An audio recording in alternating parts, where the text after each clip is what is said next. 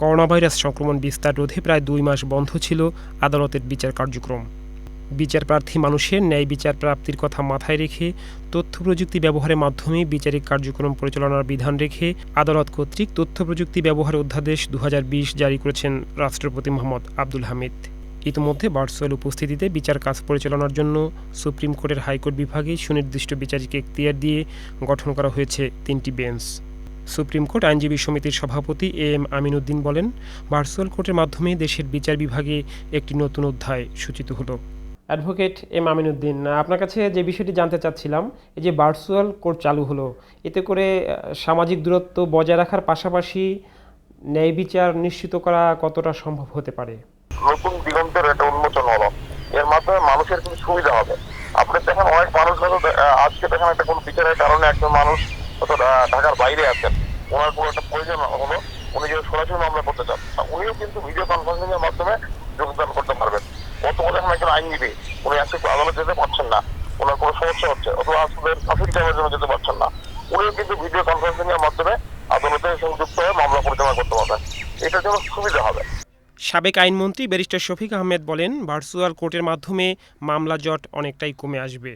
Barrister Shafiq Ahmed, আপনার কাছে যে বিষয়টি জানতে চাচ্ছি, এই যে ভার্চুয়াল কোর্ট চালু হলো, এতে করে বিচারপ্রার্থী যে মানুষ তারা কিরকম সুবিধা পেতে পারে? করোনা পরিস্থিতিতে অথচ বিচার দরকার যে সমস্ত মামলাগুলা, সেগুলা কিন্তু একটা ভালো উদ্যোগ নিয়েছে সরকার। আমি বলবো যে এতে করে মানুষ উপকৃত হবে। যেগুলো নাকি দীর্ঘ শুনানি দরকার হয়, সাক্ষী শপথ দরকার হয়, এই ধরনের মামলা শোনা যায় বলে মনে হয়। অভিন্ন মত অ্যাডভোকেট মঞ্জিল মোর্শেদের।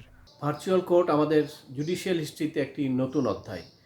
বর্তমান প্রেক্ষাপটে করোনা ভাইরাসের এই সামগ্রিক সব কিছু বন্ধের মধ্যে আদালতে মানুষের বিচার পাওয়ার যে অধিকার, সে ভার্চুয়াল কোর্টের মাধ্যমে এটি প্রতিষ্ঠিত হয়েছে। জরুরি ক্ষেত্রে জামিন বা অন্যান্য সাংবিধানিক বিষয় আদালতের দ্বারস্থ হতে পারা যাবে এবং এটা এই জরুরি বিষয়গুলোর জন্য যেন প্রযোজ্য থাকে এবং এটাকে আরও সহজ করে আইনজীবীদের ট্রেনিং দেওয়ার মাধ্যমে যাতে সবাই ভার্চুয়াল পদ্ধতিতে আদালতে পার্টিসিপেট করতে পারেন, সেই ব্যবস্থাটা সকলেরই করা দরকার।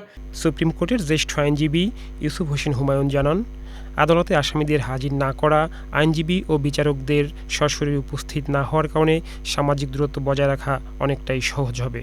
রেগুলার করতো না, কাজে সুবিধা সংখ্যক আইনজীবী এবং তারাই যে বেনিফিটটা পাবে।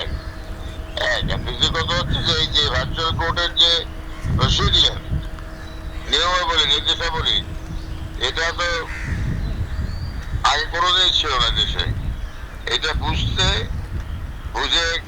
সেটার উপরে কাজ করতে সময়ের ব্যাপার। সেটা শুরু হয়েছে মাত্র। আইনমন্ত্রী আনিসুল হক রাষ্ট্রপতি কর্তৃক জারিকৃত এই অধ্যাদেশকে স্বাগত জানান। গণমাধ্যমে প্রেরিত এক বিজ্ঞপ্তিতে আইনমন্ত্রী জানান, ভার্চুয়াল কোর্ট দেশের তথ্য প্রযুক্তি ও বিচার বিভাগে নতুন একটি অধ্যায় সূচনা করেছে। ভার্চুয়াল কোর্টে স্বল্প পরিসরে জামিন শুনানি সহ গুরুত্বপূর্ণ বিচার কাজ পরিচালিত হবে। বিচার কাজে সংশ্লিষ্টদের ভার্চুয়াল উপস্থিতি আদালতের সরাসরি উপস্থিতি বলে গণ্য হবে। সুজন হালদার, বাংলাদেশ টেলিভিশন।